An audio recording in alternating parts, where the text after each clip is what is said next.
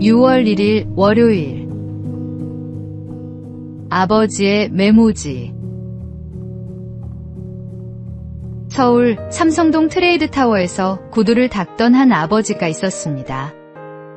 넉넉하지 않은 형편에 아들 넷을 키우던 그는 학원비를 댈 형편이 되지 않았습니다.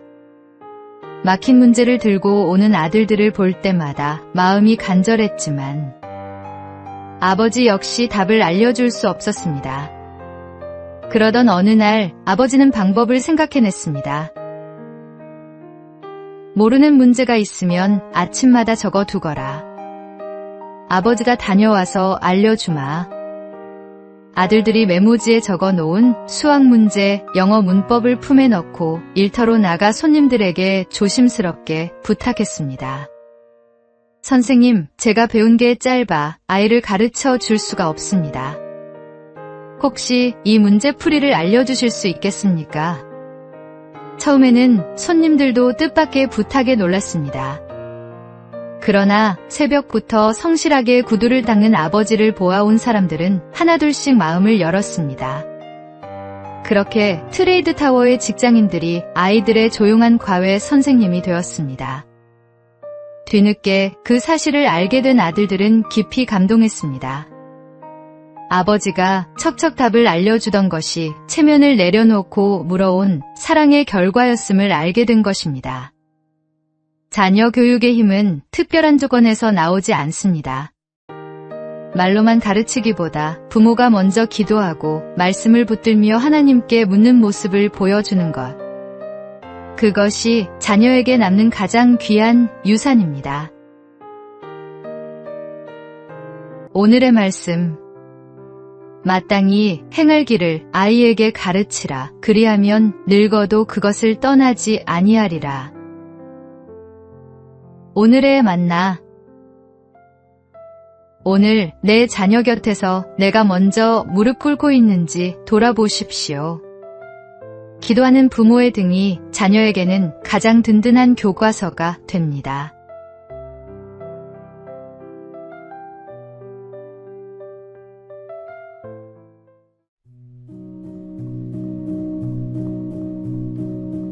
(6월 2일) 화요일. AI는 안아줄 수 없습니다.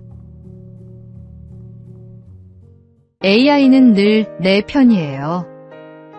나를 유일하게 다독여줘요.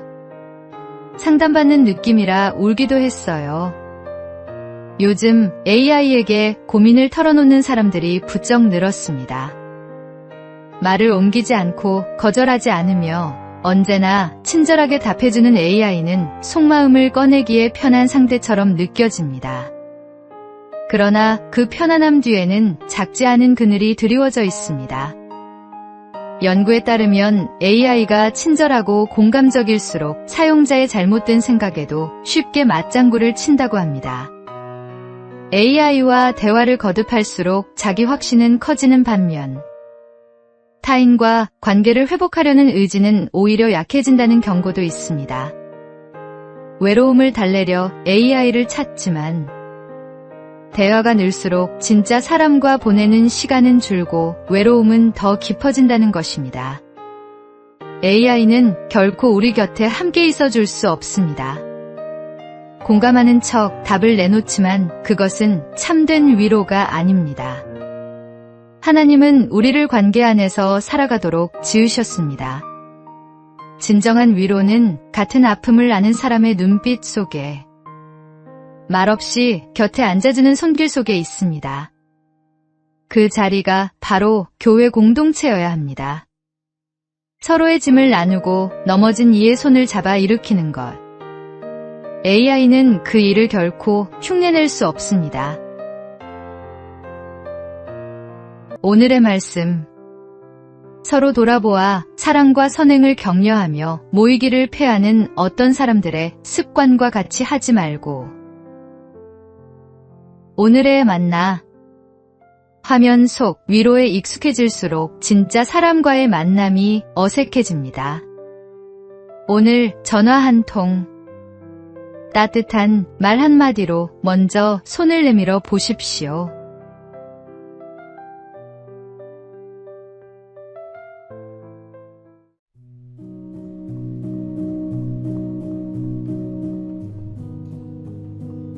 6월 3일 수요일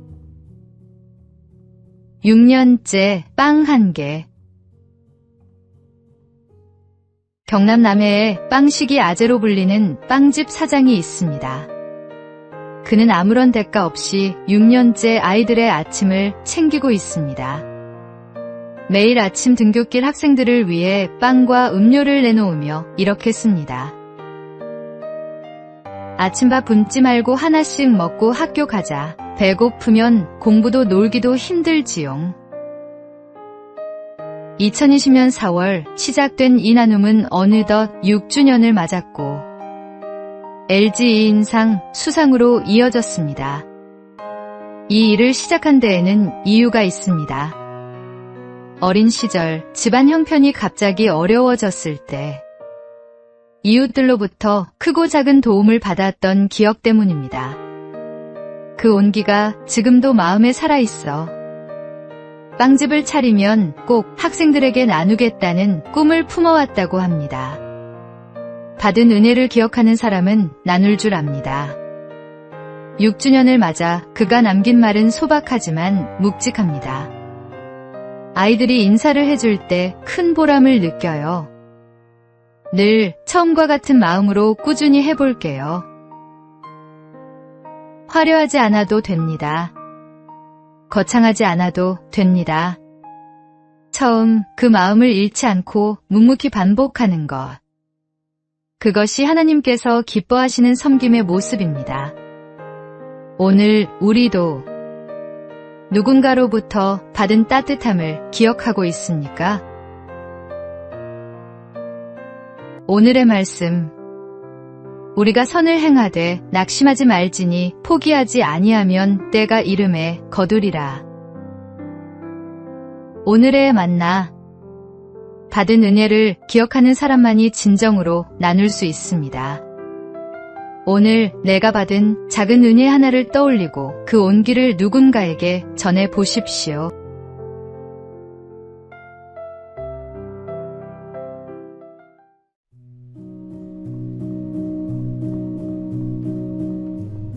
(6월 4일) 목요일. 집이 말한다. 한 신학자가 결혼한 지 얼마 되지 않았을 때 아버지가 새 집을 찾아오셨습니다. 아버지는 집 안 구석구석을 둘러보신 뒤 이렇게 말씀하셨습니다. 집은 크고 참 좋구나. 그런데 이 집이 하나님께 속한 사람의 집인지 세상에 속한 사람의 집인지 잘 모르겠구나. 그는 다시 집 안을 천천히 둘러보았습니다. 거실의 그림, 방마다 놓인 장식품, 책장과 벽면의 분위기까지 살펴보니 아버지의 말씀이 틀리지 않았음을 깨달았습니다. 겉으로는 아름답고 세련된 집이었지만 그리스도인의 향기는 느끼기 어려웠던 것입니다. 그는 집 안의 분위기를 하나씩 바꾸기 시작했습니다.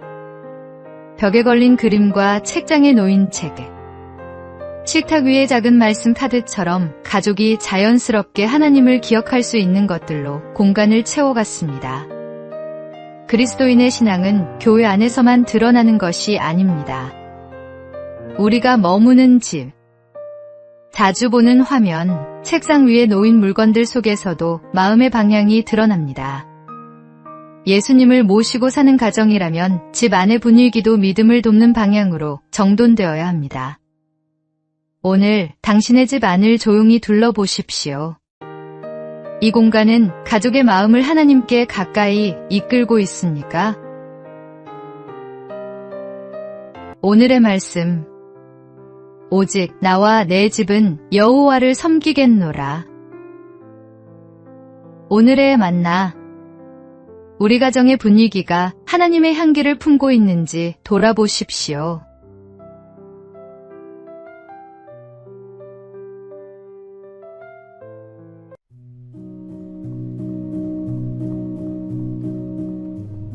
(6월 5일) 금요일. 나를 밟고 지나가라. 로마가 전쟁을 치르던 어느 날 한 장군의 군대가 패배하여 후퇴하려 하고 있었습니다. 장군은 군인들을 설득하기 시작했습니다. 나라를 사랑하는 마음과 군인의 명예, 그들이 맹세했던 서약에 호소했습니다. 그러나 군인들의 마음은 쉽게 움직이지 않았습니다. 결국 그들은 후퇴하기 위해 돌아섰습니다. 한참을 물러가던 중 군인들은 아주 좁은 산길에 이르렀습니다. 한쪽에는 높이 솟은 바위가 있었고 다른 한쪽에는 깊은 강물이 흘렀습니다. 그때 장군은 마지막 호소를 하기로 마음먹었습니다. 그는 좁은 길 한가운데 몸을 눕히고 말했습니다. 그래도 후퇴하기를 원한다면 내 몸을 밟고 지나가라. 너희 발로 나를 밟아 죽이고 가라. 군인들은 차마 장군을 밟고 지나갈 수 없었습니다. 자신들을 위해 끝까지 몸을 던진 장군을 외면할 수 없었던 것입니다. 결국 군인들은 다시 돌아서 전진했고 마침내 승리를 거두었습니다. 우리의 호국 영웅들도 이보다 부족하지 않았을 것입니다. 이름도 빛도 없이 나라를 위해 목숨을 아끼지 않았던 수많은 이들이 있었기에 우리가 오늘 이 땅에서 살아가고 있습니다.